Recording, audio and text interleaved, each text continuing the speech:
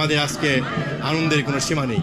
উনি হচ্ছেন বাংলাদেশের র্যাপিড অ্যাকশন ব্যাটালিয়নের প্রতিষ্ঠাতা। প্রায় 18 বছর পর আমরা আমাদের প্রিয় নেতাকে পাচ্ছি।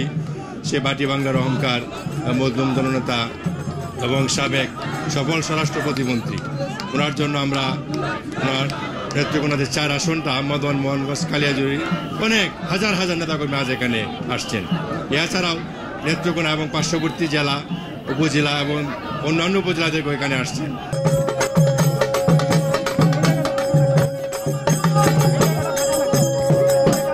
ইলেকট্রা রেফ্রিজারেটর, খাবার তাজা তো জীবন তাজা। ইলেকট্রা, ফ্রিজের রাজা। আমাদের আজকে আনন্দের কোনো সীমা নেই।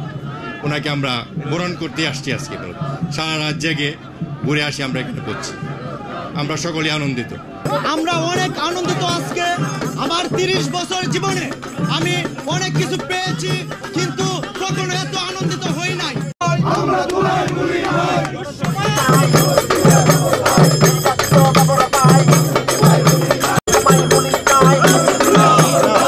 আমরা লুৎফুজ্জামান বাবর ভাইকে পেয়ে আমরা মদন মোহনগঞ্জ কালিয়াজুড়ি বাসী না, আমরা শুধু নেত্রকোনা জেলা না, সারা বাংলাদেশের মানুষ গর্বিত, আনন্দিত।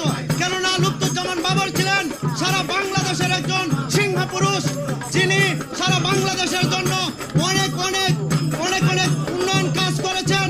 এমনকি উনি হচ্ছেন বাংলাদেশের র্যাপিড অ্যাকশন ব্যাটালিয়নের প্রতিষ্ঠাতা, যার মাধ্যমে বাংলাদেশ র্যাপিড অ্যাকশন প্রতিষ্ঠিত হয়।